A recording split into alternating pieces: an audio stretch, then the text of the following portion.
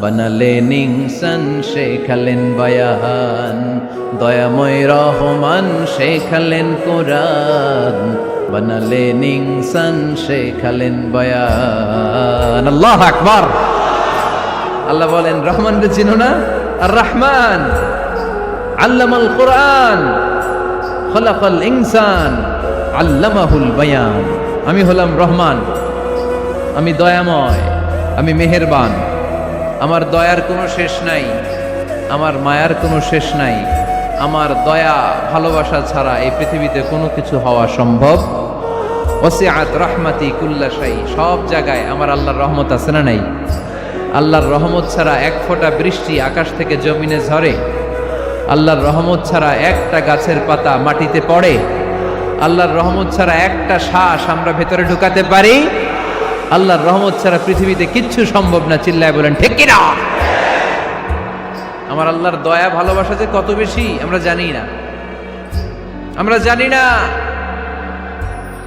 আরশের বুকে আল্লাহ বিশাল সাইনবোর্ডে লিখে রেখেছেন সাবাকাত রাহমাতি গাদাবি, সাবাকাত রাহমাতি গাদাবি। এর মানে হচ্ছে আমার রাগের উপরে আমার দয়া বিজয় লাভ করেছে। সাবাকাত রাহমাতি গাদাবি, আমার রাগও আছে, আল্লাহর রাগ আছে না? আমার দয়াও আছে, আল্লাহর দয়া আছে না? আল্লাহ বললেন আমার রাগও আছে, আবার আমার দয়াও আছে। তবে জেনে রেখো আমার রাগের চেয়ে দয়া বেশি। আল্লাহর কোনটা বেশি? দয়া বেশি। আমাদের পাপ অন্যায় যত বড় হোক, মনে রাখবেন আল্লাহর দয়া তার চাইতেও বড়। নাকি ছোট? আপনি যত বড় পাপ করেন না কেন, আমাদের জন্য আল্লাহর পক্ষ থেকে দয়া আছে না নাই? বনি ইসরায়েলের এক লোক সিরিয়াল কিলার ছিল, খালি মার্ডার করতো, সিরিয়াল মার্ডার। একটা, দুইটা, তিনটা, 10টা, 5টা করতে করতে করতে করতে 99টা মার্ডার করেছে। কয়টা? এলাকায় আছে নাকি এরকম কেউ? 99টা মার্ডার। কল্পনা করা যায়? 99 জন মানুষকে সে নিজ হাতে হত্যা করেছে। 99 মার্ডার করার পরে তার মনে ভয় আসলো, হায় রে, না জানি আল্লাহ আমার সাথে কেমন আচরণ করে আখিরাতে। আমার তওবা আছে কিনা কপালে জানি না, আমার তো ক্ষমা নাই, কি করব আমি? তো সে লোকজনদেরকে জিজ্ঞেস করলো আমার ক্ষমা আছে কিনা, এটা কে বলতে পারবে? আমাকে আল্লাহ মাফ করবে কিনা? তারা সবাই বলল এই এলাকায় এক আল্লাহর ওলি আছে, তার কাছে যাও। সে আল্লাহর ওলির কাছে যেয়ে বলে, ও আল্লাহর ওলি, আমি 99টা হত্যা করেছি, 99টা মার্ডার, আমার কপালে ক্ষমা আছে কিনা তুমি একটু বলো। আল্লাহর ওলি কই, কি বললা? 99টা মার্ডার? হায় হায় সর্বনাশ, তোর কোনো ক্ষমা নাই। এবার যে মার্ডার করছে কয় আমার যেহেতু ক্ষমা নাই, তোরে বাঁচায় রেখে লাভ কি, তোরেও দিলাম শেষ করে। এবার সেঞ্চুরি করে ফেলাইছে। কথা বুঝতেছেন?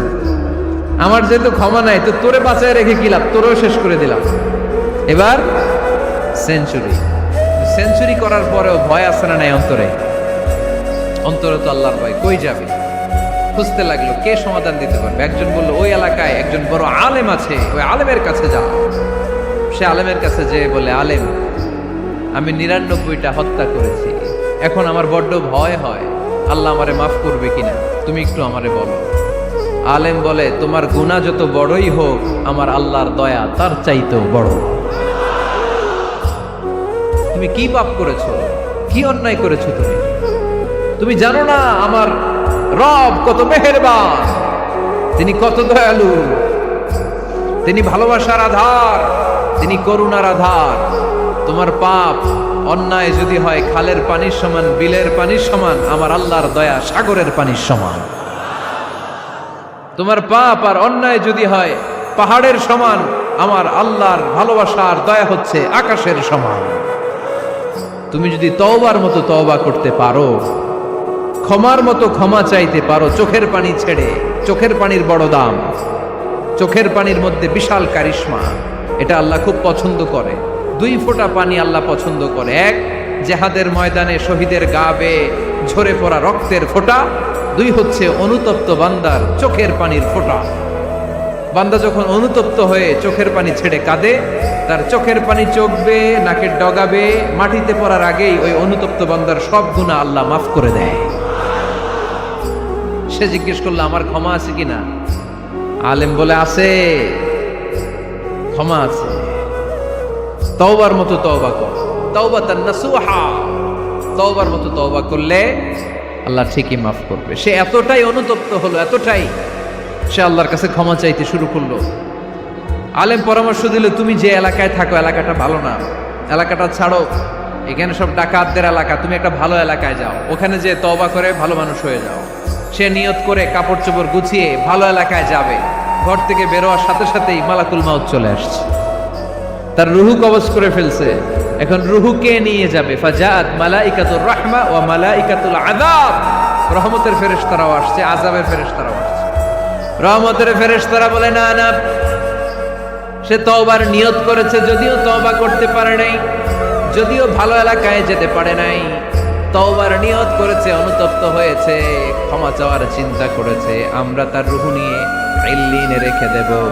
আযাবের ফেরেশতারা বলে না না, ৯৯টা হত্যা করার পরে আরো একটা হত্যা করে সেঞ্চুরি করেছে, এখনো তো ভালোভাবে তওবা করতে পারে নাই, তার রুহুটা নিয়ে আমরা সিজ্জিনের ভেতরে ঢুকায় দেব। দুই দল ফেরেশতার মারামারি, এ বলে আমরা নিব, এ বলে আমরা নিব, ঝগড়া আছে না নাই? আল্লাহ বললেন রাখো রাখো, ঝগড়ার দরকার নাই, এক কাজ করো, যেখানে মারা গিয়েছে ওইখান থেকে ফিতা দিয়ে মাপতে শুরু করো। ভালো এলাকাটা যদি কাছে হয় জান্নাতের ফেরেশতারা নেবে, খারাপ এলাকা যদি কাছে হয় জাহান্নামের ফেরেশতারা নেবে। খারাপ এলাকা তো একেবারেই কাছে, ঘর থেকে বেরোয়ার সাথে সাথে মৃত্যু হয়েছে, আর ভালো এলাকা তো অনেক দূর। আল্লাহ জামিনটারে আদেশ দিলেন, জামিন এই অনুতপ্ত বান্দার জন্য তুই ভালো এলাকাটা কাছে চলে আয়, ভালো এলাকাটার জামিনটা তুই সংকুচিত হয়ে যা, যদিও ঘর থেকে বের হয়েছে একেবারে কাছে, খারাপ এলাকা হাজার হাজার মাইল দূরে চলে যা। ফিতা দিয়ে মাপ দিয়ে দেখে সর্বনাশ, ভালো এলাকাটা তো একেবারেই কাছে, খারাপ এলাকাটা অনেক দূরে।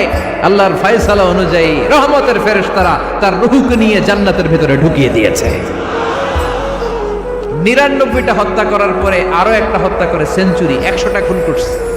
আপনি কয়টা করছেন? আমি কয়টা করছি? তো ১০০টা খুন করে যদি ও মাফ পেতে পারে আমার আল্লাহর কাছ থেকে, আমরা কি ক্ষমা পেতে পারি না? ওর পাপের কাছে আমাদের পাপ কি? কয় ওয়াক্ত নামাজ ছাড়ছেন আপনি? কয়টা মিথ্যা কথা বলছেন? কতবার ঘুষ খাইছেন? কত টাকা সুদে লাগাইছেন? কত অন্যায় করছেন? কত জুলুম করেছেন? মনে রাখবেন, আপনার পাপ, আপনার অন্যায়, আপনার জুলুম যত বড় হোক না কেন, আমার আল্লাহর দয়া তার চাইতেও বড়। এজন্য আল্লাহ নিজের পরিচয় দিয়ে বললেন, আর রহমানু আল্লামাল কুরআন খালাকাল ইনসান আল্লামাহুল বায়ান। আমি রহমান, আমি দয়ার সাগর। আমি কি?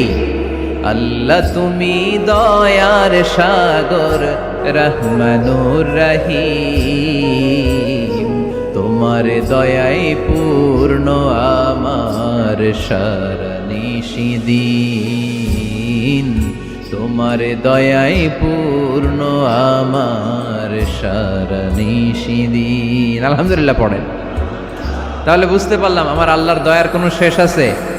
চিল্লায় বলতে হবে আছে। কয়শো টুকরা? সবাই শুনতেছেন? কষ্ট হচ্ছে তো উত্তর দিচ্ছেন না যে? কত টুকরা করলেন? ১০০। ১০০ টুকরা করে ৯৯ টুকরা দয়া ভালোবাসা আল্লাহ তাআলা নিজের কাছে রেখে দিলেন, আর ১ টুকরা দয়া আর ভালোবাসা আল্লাহ তাআলা গোটা বিশ্বের সবার মাঝে ভাগ করে দিলেন। আমরা সবাই মিলে পাইছি কয় টুকরা ভালোবাসা? উনি রেখে দিয়েছেন কয় টুকরা? ওই ১ টুকরার কিছু অংশ আমিও তো পাইছি, তাই না?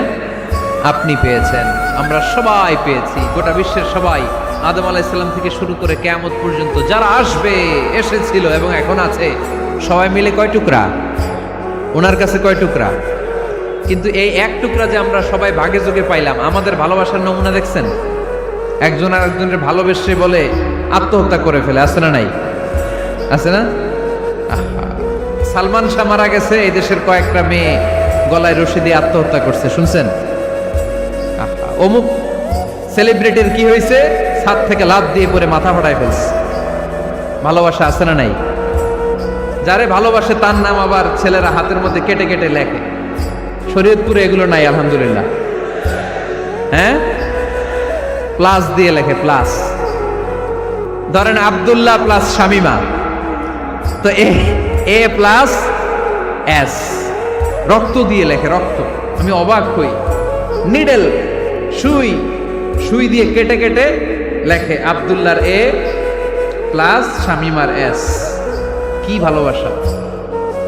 এক ভাগ ভালোবাসার ছিটে ফোটা সবাই মিলে পাইছে। এটা ঠেলা যদি এরকম হয়, তাহলে যিনি ৯৯ ভাগ ভালোবাসা রেখে দিয়েছে তার ভালোবাসা বেশি না কম?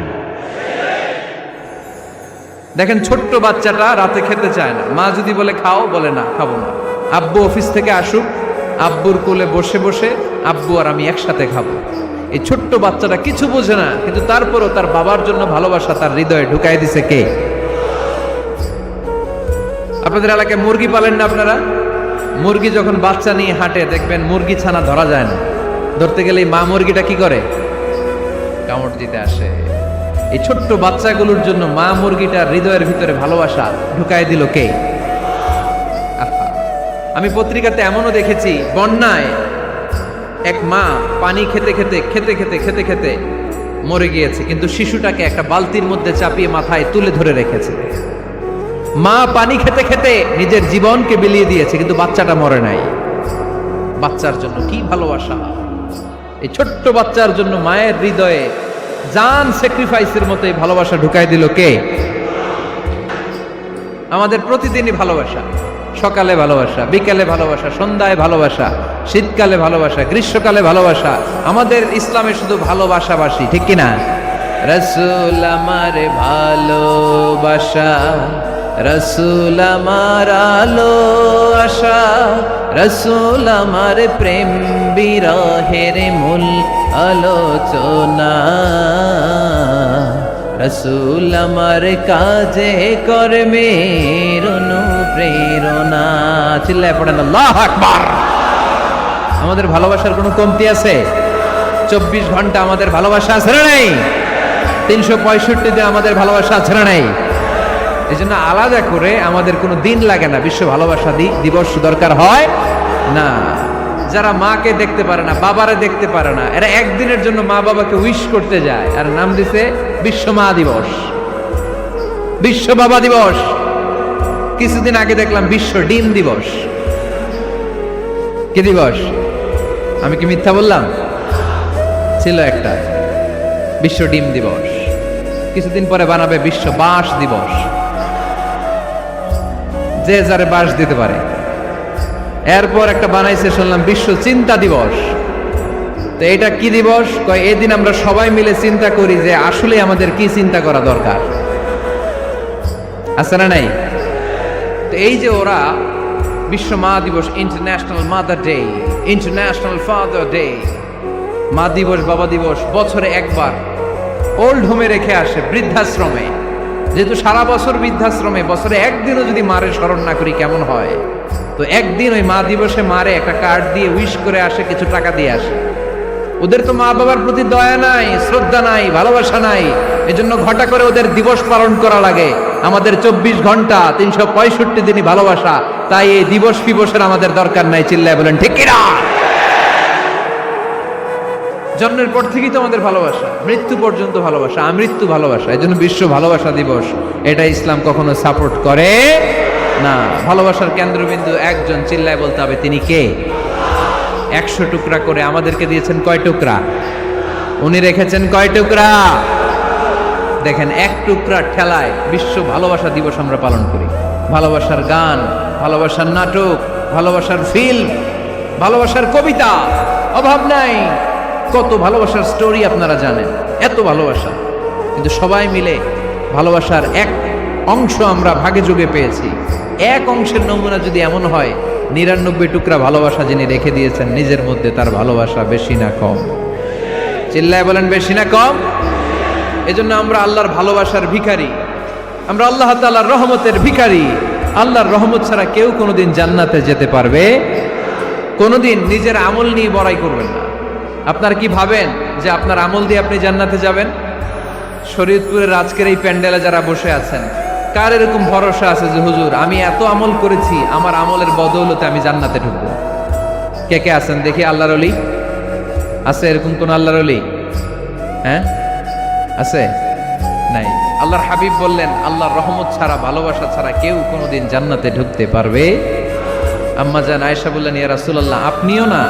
আল্লাহর হাবিব বললেন, না আমিও না, তবে আল্লাহর রহমত আর দয়া সেদিন আমাকে ঘিরে রাখবে। মান নুকিশা উযিবা, যার হিসাব আল্লাহ সেদিন চাইবেন সে ধরা খেয়ে যাবে। সব সময় আল্লাহর কাছে এই দোয়াটা যেন আমরা করি, আল্লাহ কিয়ামতের দিন তুমি আমার হিসাব নিও না, আল্লাহ তুমি আমার বিচার বসিও না, আল্লাহ তুমি দয়া করে আমারে মাফ করে দিও। আল্লাহ যার বিচার করবেন ও জাহান্নামে যাবে, আর যার বিচার করবেন না সে জান্নাতে যাবে। আল্লাহ যদি বিচার করে আর পাই টু পাই হিসাব নেয়, নামাজ পড়লি না কেন, রোজা রাখলি না কেন, মিথ্যা বললি কেন, খাদ্যে ভেজাল দিলি কেন, মাছে ফরমালিন দিলি কেন, যৌতুক খাইলি কেন, ঘুষ খাইলি কেন, উল্টাপাল্টা করলি কেন, জিনা করলি কেন, একটার পর একটা প্রশ্ন বানে যদি সেই ভয়ঙ্কর দিনে আল্লাহ আমাদেরকে জর্জরিত করে, আমাদের কোনো উত্তর আছে? সেদিন আমাদের বাঁচার কোনো উপায় আছে? তাই আমরা সবাই আল্লাহর কাছে দোয়া করব, আল্লাহ কোনো বিচার টিচার মানি না, কোনো বিচার করতে পারবো না, দয়া করবা। কথা কয় না? কি করবে? এবার আওয়াজ করে বলেন, বিচার চান না দয়া চান? রোজ হাসরে হে আল্লাহ আমার করোনা বিচার, আল্লাহ করোনা বিচার, পড়েন আমিন। রোজ হাসরে হে আল্লাহ আমার করোনা বিচার, আল্লাহ করোনা বিচার, বিচার চাহি না তব দয়া চাহে এ গুনাহগার, আল্লাহ করোনা বিচার, পড়েন আমিন। তিনি যদি দয়া করেন তবেই আমরা জান্নাত যেতে পারবো, ঠিক কিনা? এজন্য আল্লাহ বললেন, আর রহমানু আল্লামাল কুরআন খালাকাল ইনসান আল্লামাহুল বায়ান। আমি হলাম রহমান। কাফেররা বলে রহমানকে জানি না, রহমানকে চিনি না। আল্লাহ বলে রহমান রে চিনে না, আমার নাম রহমান, আমি দয়ালু, আমি মেহেরবান, ঠিক কিনা? এজন্য প্রতিদিন সূরা ফাতিহায় দ্বিতীয় আয়াতটা আমরা কি পড়ি? আর রহমান আর রাহিম, ঠিক কিনা? তিনি দয়ার সাগর, তিনি মায়ার সাগর। আমরা বললাম, আল্লাহ ঠিক আছে আমরা বুঝেছি আপনি দয়ার সাগর, আর আপনি কি করেন? দ্বিতীয় আয়াতে আল্লাহ বললেন, আল্লামাল কোরআন, আমি কোরআন শিক্ষা দেই। শুধু দয়ার সাগর হয়ে আমি আল্লাহ বসে থাকি নাই, তোমাদের হেদায়েতের জন্য আমি কোরআন নাজিল করে দিয়েছি। আল্লামাল কোরআন, আমি কোরআন শিক্ষা দেই। আমাদেরকে কোরআন শিখিয়েছে কে? বিশ্বনবীকে কোরআন শিখিয়েছে কে? আল্লাহ। এজন্য দুনিয়াতেও যারা কোরআন শিখায় তাদের মর্যাদা বাড়ায় দেয় কে? বাংলার জমিনে যারা কোরআন শরীফ শিখায় এদের মর্যাদা সবচেয়ে কম, এদের বেতন সবচেয়ে কম, এরা সমাজে সবচেয়ে বেশি অবহেলিত, ঠিক কি না? আল্লাহর কাছে এরা সবচেয়ে বেশি সম্মানিত। আল্লাহর হাবিব বললেন, খায়রুকুম মান তাআল্লামাল কুরআন ওয়া আল্লামাহু, তোমাদের মধ্যে আল্লাহ তাআলার কাছে সবচাইতে প্রিয় শ্রেষ্ঠ ওই মানুষটা যে নিজে কোরআন পড়ে আবার অন্যরে পড়ায় দেয়। সুবহানাল্লাহ পড়েন। আপনি যদি কাউরে শুধু সূরা ফাতিহাটা শিখান, কোন সূরা? সূরা ফাতিহাটা যদি শিখায় দেন, সে যতদিন সূরা ফাতিহা তেলাওয়াত করবে ওই তার তেলাওয়াতের একটা পার্সেন্টেজ সওয়াব আপনার আমলনামায় আছে না নাই? সে যদি আবার আরেকজনের শিখায়, ওই লোক যদি আবার আরেকজনের শিখায় দেয়, এরকম যতজনকে তারা শিখাবে প্রত্যেকের তেলাওয়াতের একটা পার্সেন্টেজ সওয়াব আপনার আমলনামায় ঢুকায় দিবে কে? এজন্য কোরআন নিজেও শিখবো, অন্যকেও শেখাবো। রাজি আছেন তো? আপনাদের এখানে মসজিদে কোরআন শিক্ষার আসর আছে নাকি? হ্যাঁ, এই যে বাড়ির পাশে যে একটা মসজিদ দেখলাম, কোরআন শিখায়। কিবার শিখায়? প্রতিদিন। কে শিখায়? ইমাম সাহেব। বেতন টেতন দেন তো? কত দেন? 1 লক্ষ মাসে? 5,000? বলে কি? এক একটা ইমামের কমসে কম 1 লক্ষ টাকা বেতন হওয়া দরকার, ঠিক কিনা? না খেয়ে না পড়ে অল্পতে তুষ্ট থেকে যারা শুকরিয়া করে এরা আমাদের আইম্মাতুল মাসাজিদ, মসজিদের ইমামরা, মসজিদের মুয়াজ্জিনরা। এক একটা মসজিদের মুয়াজ্জিনের গলা হবে এরকম বিশাল উঁচু। কিয়ামতের ময়দানে সবাই আমরা এর দিকে তাকায় থাকবো, কিরে ভাই তোর গলা উঁচু কেন? সে বলবে, আমার এই গলা দিয়ে প্রতিদিন 5 বার আমি আজান দিয়েছি। কিয়ামতের ময়দানে ঠিকই সম্মানিত, দুনিয়ায় আমরা চিনলাম না ওনাদেরকে। এজন্য কোরআন শিক্ষার আসর যেন আমরা গড়ে তুলি। তালিমুল কোরআন প্রজেক্ট লাগবে, শিশুদের কোরআন শিক্ষার আসর, নারীদের কোরআন শিক্ষার আসর, বয়স্কদের কোরআন শিক্ষার আসর। আমরা কোরআন শিখে মরতে চাই, কোরআন জেনে মরতে চাই। No excuse will be granted that day. সেদিন আল্লাহ কোনো এক্সকিউজ গ্রহণ করবে না। সব পারো, হিন্দি তো ঠিকই কইতে পারো, হিন্দিতে কথা কইতে পারে না ছেলেপেলেরা? হিন্দি সিনেমা এমন দেখা দেখে হিন্দিতে কথা কইতে পারে। তো হিন্দি ভাষা বুঝতে পারলে, শিখতে পারলে আরবি পারলা না কেন? কোনো এক্সকিউজ, ওজোর, আপত্তি সেদিন আল্লাহ গ্রহণ করবে না। শরীয়তপুরের ভাইরা, আসুন আমরা কোরআন শিখি, আসুন আমরা কোরআন পড়ি। প্রতিদিন একটা আয়াত হলেও কমপক্ষে আমরা যেন কোরআনের অর্থ পড়ি, বঙ্গানুবাদ পড়ি। রাজি আছেন তো? আপনাদের স্মার্টফোন আছে কার কার হাতে দেখি?